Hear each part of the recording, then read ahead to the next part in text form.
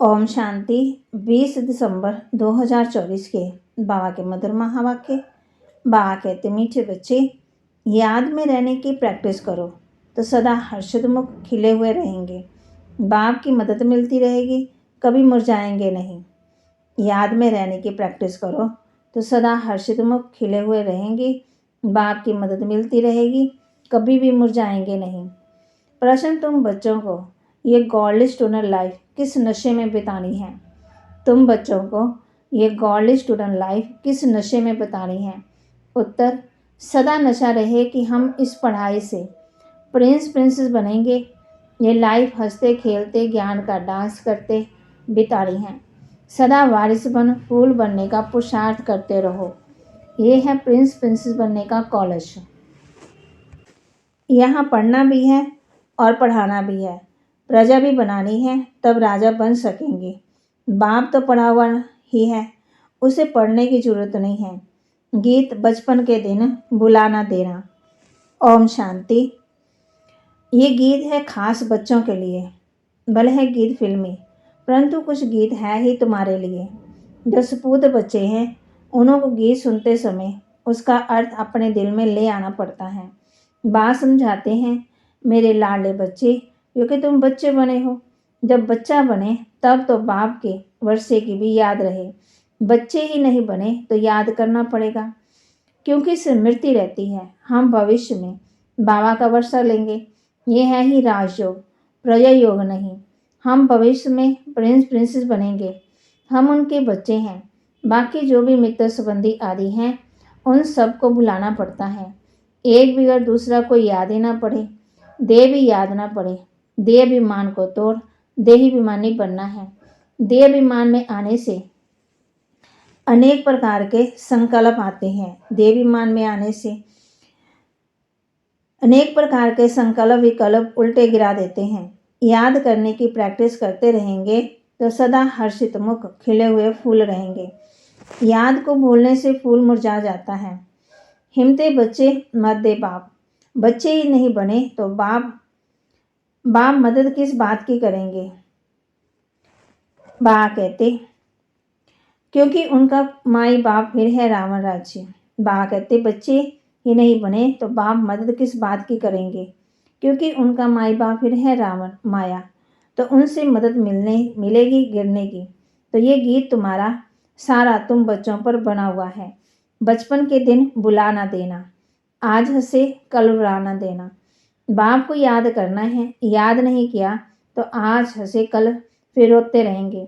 याद करने से सदा हर्षित मुख रहेंगे। तुम बच्चे जानते हो, एक ही गीता शास्त्र है जिसमें कुछ न कुछ अक्षर ठीक है। लिखा है कि युद्ध के मैदान में मरेंगे तो स्वर्ग में जाएंगे, परंतु इसमें हिंसक युद्ध की तो बात ही नहीं है।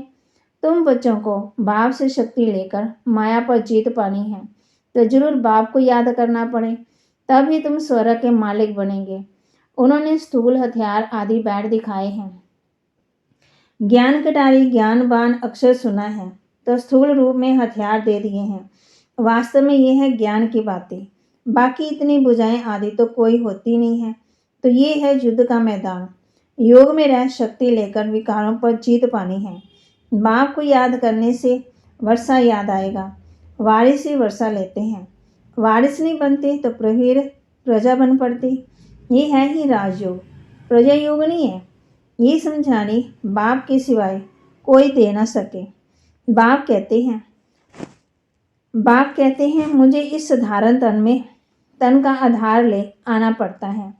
प्रकृति का आधार लेने बिगड़ तुम बच्चों को राजयोग कैसे सिखाऊं? आत्मा शरीर छोड़ देती है तो फिर कोई बातचीत हो ही नहीं सकती। फिर जब शरीर से शरीर धारण करे, बच्चा थोड़ा बड़ा हो, तब बाहर निकले और बुद्धि खुले। छोटे बच्चे तो होते ही पवित्र हैं, उनमें विकार होते ही नहीं। सन्यासी लोग सीढ़ी चढ़कर फिर नीचे उतरते हैं, अपने जीवन को समझ सकते हैं। बच्चे तो होते ही पवित्र हैं, इसलिए बच्चे और महात्मा एक समान गाए जाते हैं। तो तुम बच्चे जानते हो, ये शरीर छोड़कर हम प्रिंसेस बनेंगे। आगे भी हम बने थे, अब फिर बनते हैं। ऐसे से ख्याल स्टूडेंट को रहते ये भी उनकी बुद्धि में आएगा। जो बच्चे होंगे और भी वफादार फरमानबरदार हों, श्रीमत पर चलते होंगे, नहीं तो श्रेष्ठ पद पा न सके। टीचर तो पढ़ा हुआ ही है, ऐसे नहीं कि वह पढ़ते हैं फिर पढ़ाते हैं, नहीं, टीचर तो पढ़ा हुआ ही है, उनको नॉलेजफुल कहा जाता है। सृष्टि के आदि मध्य अंत की नॉलेज और कोई नहीं जानते। पहले तो निश्चय चाहिए वह बाप है। अगर किसकी तकदीर में नहीं है तो फिर अंदर में खिटपिट चलती रहेगी, पता ही नहीं चल सकेगा। बा ने समझाया है, जब तुम बाप की गोद में आएंगे तो ये विकारों की बीमारी और ही जोर से बाहर निकलेगी। वैद्य लोग भी कहते हैं बीमारी उथल खाएगी। बाप भी कहते हैं तुम बच्चे बनेंगे तो देह विमान की और ही काम क्रोध आदि की बीमारी बढ़ेगी। नहीं तो परीक्षा कैसे हो? कहाँ भी मूंझो तो पूछते रहो। जब तुम रुस्तम बनते हो तब माया खूब पिछाड़ती है। तुम बॉक्सिंग में हो, बच्चा नहीं बने हो तो बॉक्सिंग की बात ही नहीं है। वो तो अपने ही संकल्पों विकल्पों में गोते खाते हैं, ना कोई मदद ही मिलती है। बाबा समझते हैं मम्मा बाबा कहते हैं तो बाप का बच्चा बनना पड़े। फिर वह दिल में पक्का हो जाता है कि ये हमारा रूहानी बाप है। बाकी ये युद्ध का मैदान है, इसमें डरना नहीं है कि पता नहीं तूफान में ठहर सकेंगे वह नहीं। इसको कमज़ोर कहा जाता है, इसमें शेर बनना पड़े। पुरुषार्थ के लिए अच्छी मत लेनी चाहिए। बाप से पूछना चाहिए। बहुत बच्चे अपनी अवस्था लेकर भेजते हैं, बाप को भी सर्टिफिकेट देना है। इनसे बल छिपाएं, परंतु शिव बाबा से तो छिप न सके। बहुत हैं जो छिपाते हैं, परंतु उनसे कुछ भी छिप नहीं सकता है। अच्छे का फल अच्छा, बुरे का फल बुरा होता है। सच्चु त्रेता में सब अच्छा ही अच्छा होता है। अच्छा बुरा पाप पुण्य होता है, यहाँ होता है। वहाँ दान पुण्य भी नहीं किया जाता, वह है ही प्रारब्ध। यहाँ तुम टोटल सरेंडर होते हो तो बाबा 21 जन्मों के लिए रिटर्न में दे देते हैं। फॉलो फादर करना है। अगर उल्टा काम करेंगे तो नाम भी बाप का बदनाम करेंगे, इसलिए शिक्षा भी देनी पड़ती है। रूप संत भी सबको बनना है। हम आत्माओं को बाबा ने पढ़ाया है, फिर हमें दूसरों को पढ़ाना भी है। सच्चे ब्राह्मणों को सच्ची गीता सुनानी है, और कोई शास्त्रों की बात ही नहीं है।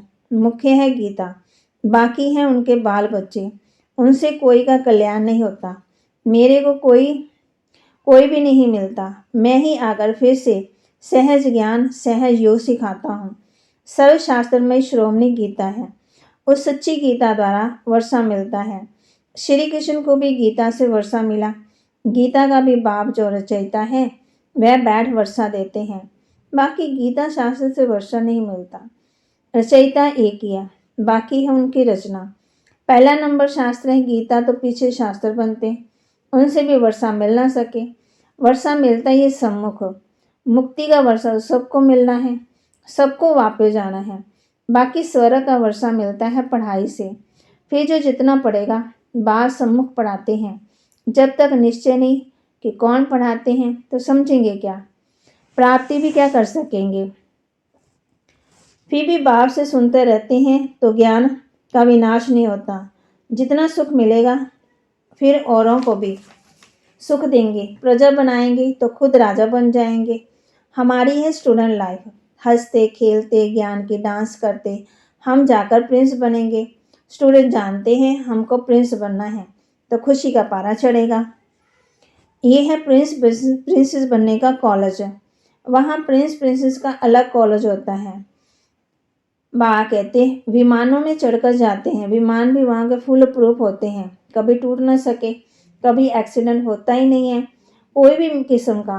ये सब समझने की बातें हैं। एक तो बाप से पूरा बुद्धि योग रखना है, दूसरा बाप को सभी समाचार देना पड़े कि कौन कौन कांटों से कलियां बने हैं। बाप से पूरा कनेक्शन रखना पड़े, जो फिर टीचर भी डायरेक्शन देते रहें। कौन वारिस बन फूल बनने का पुरुषार्थ करते हैं।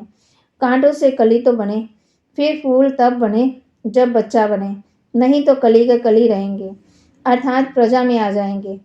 अब जो जैसा पुरुषार्थ करेगा ऐसा ही फल भी पाएगा। ऐसे नहीं कि एक के दौड़ने से हम उनका पूछ पकड़ लेंगे। भारतवासी ऐसे समझते हैं, परंतु पूछ पकड़ने की तो बात ही नहीं है। जो करेगा सो पाएगा। जो पुरुषार्थ करेगा 21 पीढ़ी उनकी प्राला बनेगी। बूढ़े तो जरूर होंगे, परंतु अकाल मृत्यु नहीं होती है। कितना भारी पदवी है। बाप समझ जाते हैं बाप समझ जाते हैं कि इनकी तकदीर खुली है, वारिस बना है। अभी पुरुषार्थ है, फिर रिपोर्ट भी करते हैं। बाबा ये विघ्न आते हैं, ये होता है। हर एक को पोता मिल देना होता है। इतनी मेहनत और कोई सत्संग में नहीं होती है। बाबा तो छोटे छोटे बच्चों को भी संदेशी बना देते हैं। लड़ाई में मैसेज ले जाने वाले भी चाहिए। लड़ाई का ये मैदान है। यहाँ तुम सम्मुख सुनते हो तो बहुत अच्छा लगता है, दिल खुश होती है। बाहर गए तो बुगलों का शंख मिला तो खुशी उठ जाती है। वहाँ माया की धूल है ना, इसलिए पक्का बनना पड़े। बाबा कितना प्यार से पढ़ाते हैं। ऐसे भी बहुत है जो अच्छा अच्छा क्या है फिर गुम हो जाते हैं। कोई विरला ही खड़ा हो सकता है। यहाँ तो ज्ञान का नशा चाहिए ना। शराब का भी नशा होता है।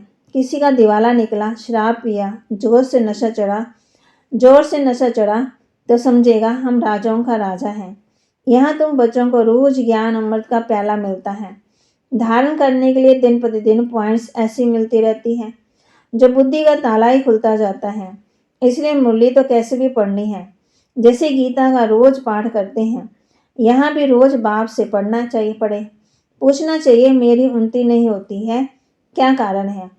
आकर के समझना चाहिए। आएंगे भी वह जिनको पूरा निश्चय है कि वह हमारा बाप है।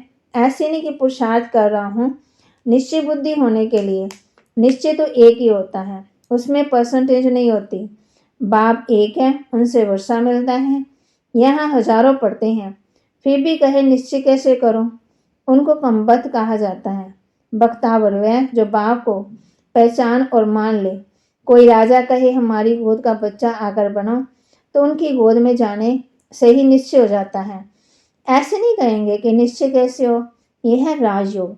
बाप तो स्वर्ग का रचयिता है, तो स्वर्ग का मालिक बनाते हैं। निश्चय नहीं होता तो तुम्हारी तकदीर में नहीं है। और कोई क्या कर सकते हैं। नहीं मानते हैं तो फिर तदबीर कैसे हो सकती है। वह लंगड़ाता ही चलेगा। बेहद के भाव से भारतवासियों को कलप कलप स्वर्ग का वर्षा मिलता है। देवता होते ही स्वर्ग में है। कलयुग में तो राजा ही है ही नहीं, प्रजा का प्रजा पर राज्य। पति दुनिया है ना, तो उसको पावन दुनिया बाप नहीं करेगा तो कौन करेगा। तकदीर में नहीं है तो फिर समझते ही नहीं है। ये तो बिल्कुल सहज समझने की बात है। लक्ष्मी नारायण ये पढ़ाई की प्रारब्ध पाई। कब पाई, जरूर आगे जन्म में कर्म है, तब ही प्रारब्ध पाई। लक्ष्मी नारायण स्वर्ग के मालिक थे, अभी नरक है। तो ऐसा श्रेष्ठ कर्म अथवा राजयोग सिवाय बाप के और कोई सिखला ना सके। अभी सबका अंतिम जन्म है। बाप राजयोग सिखा रहे हैं। द्वापर में थोड़ी राजयोग सिखाएंगे। द्वापर के बाद सतयुग थोड़ी आएगा। यहाँ तो बहुत अच्छी रीति समझ कर जाते हैं। बाहर जाने से खाली हो जाते हैं। जैसे डिब्बी में ठीकरी रह जाती है, रतन निकल जाते हैं। ज्ञान सुनते सुनते फिर विकार में गिरा तो खलास। बुद्धि से ज्ञान रत्नों की सफाई हो जाती है। ऐसे भी बहुत लिखते हैं, बाबा मेहनत तो करते रहते हैं, फिर आज गिर गया। गिरे गोया अपने को और ही कुल कलंक लगाया, तकदीर को लकीर लगा दी। घर में भी बच्चे अगर ऐसा कोई अकर्तव्य करते हैं तो कहते हैं ऐसा बच्चा ना होता तो अच्छा था। तो ये बेहद का बाप कहते हैं कुल कलंकित मत बनो।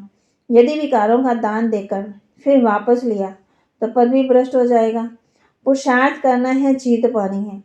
चोट लगती है तो फिर खड़े हो जाओ। घड़ी घड़ी चोट खाते रहेंगे तो हार खाकर बेहोश हो पड़ेंगे। बात समझाते तो बहुत है, परंतु कोई ठहरे भी। माया बड़ी तीखी है। पवित्रता का प्रण कर लिया, अगर वह गिरते हैं तो चोट बड़े जोर से लग जाती है। बेड़ा पार होता ही पवित्रता से है। प्योरिटी थी तो भारत का सितारा चमकता था। अब तो घोर अंधियारा है। अच्छा, मीठे मीठे सिकिलते बच्चों प्रति माता पिता बाप दादा का याद प्यार और गुड मॉर्निंग। रूहानी बाप की रूहानी बच्चों को नमस्ते। रूहानी बच्चों की रूहानी बाप दादा को दिलवा जान सिकवा प्रेम से नमस्ते। धारणा के लिए मुख्य सार। इस युद्ध के मैदान में माया से डरना नहीं है, बाप से पुरुषार्थ के लिए अच्छी मत ले लेनी है। वफादार फरमानबरदार बन श्रीमत पर चलते रहना है। इस युद्ध के मैदान में माया से डरना नहीं है, बाप से पुरुषार्थ के लिए अच्छी मत ले लेनी है। वफादार फरमानबरदार बन श्रीमत पर चलते रहना है। रूहानी नशे में रहने के लिए ज्ञान अमृत का प्याला रोज पीना है, मुरली रोज पढ़नी है। तकदीरवान बनने के लिए बाप में कभी भी संशय न आए। वरदान। ब्रह्मा बासमान जीवन मुक्त स्थिति का अनुभव करने वाले कर्म के बंधनों से मुक्त भव। ब्रह्मा बासमान जीवन मुक्त स्थिति का अनुभव करने वाले कर्म के बंधनों से मुक्त भव। ब्रह्मा बाप कर्म करते भी कर्म के बंधनों में नहीं फंसे, संबंध निभाते भी संबंधों के बंधन में नहीं बंधे। वह धन और साधनों के बंधन से भी मुक्त रहे। जिम्मेवारियां संभालते हुए भी जीवन मुक्त स्थिति का अनुभव किया। ऐसे फॉलो फादर करो। किसी भी पिछले हिसाब किताब के बंधन में बंधना नहीं है। संस्कार स्वभाव प्रभाव दबाव के बंधन में नहीं आना, तब कहेंगे कर्म बंधन मुक्त जीवन मुक्त। स्लोगन। तमोगुणी वायुमंडल में स्वयं को सेफ रखना है तो साक्षी होकर खेल देखने का अभ्यास करो। तमोगुणी वायुमंडल में स्वयं को सेफ रखना है तो साक्षी होकर खेल देखने का अभ्यास करो। तो बाबा के महावाक्य को लाइक करें, शेयर करें, सब्सक्राइब करें और अपने जीवन में धारण करें।